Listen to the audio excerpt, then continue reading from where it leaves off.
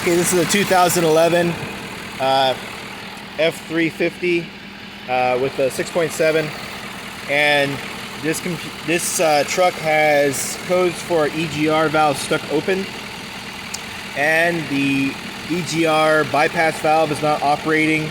So lots of different things are happening. So in theory, obviously, if you have the bypass is designed, which is the diaphragm here, which is vacuum controlled, okay? Vacuum, so you have your solenoid, which is gonna control vacuum to the diaphragm, which is gonna open and close the bypass valve, okay? What the bypass does is it basically just bypasses the EGR cooler on the inside or not. So when the engine's cold, there's no reason to use the EGR cooler, or it is, if it's really cold, the engine wants to warm up everything faster, so it might allow flow through the EGR cooler. Either way, that's what this is designed to do. And so if you have a stuck open EGR valve, you're usually gonna have performance issues, but not always. Depends on how stuck open it is. But if you have stuck open and you can't verify that any other way, one thing you can do, if you have the ability to look at live data, so you're looking at the EGR EGT sensor, which is the one that is right here, right, hot engine, right here, that goes into the lower piping here that goes into the intake manifold. That's reading the exhaust gases that are coming out of the EGR system.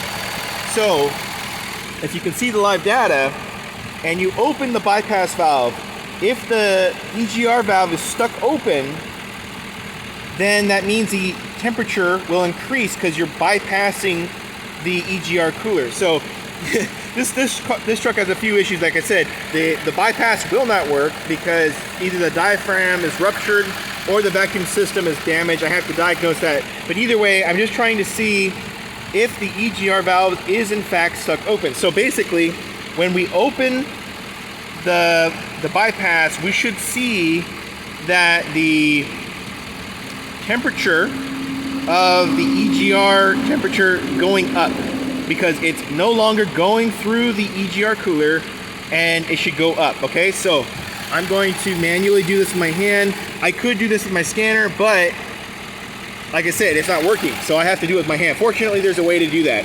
And this system only works with about 140 degrees, so you can do it with your hand.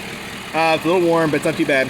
Obviously, I have the EGR temperature sensor here and also the EGR valve duty cycle, trying to control the valve, but again, it's stuck open.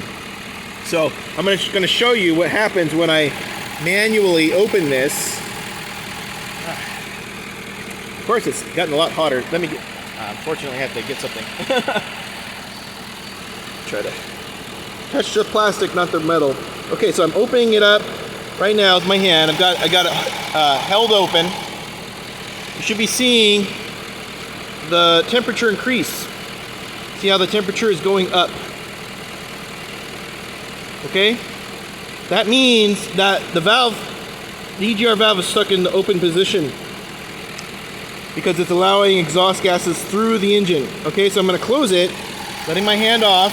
You should see it coming back down. This also tells you that there's flow through the EGR cooler, and the EGR cooler is not plugged up, or at least not entirely. See how it's going back down.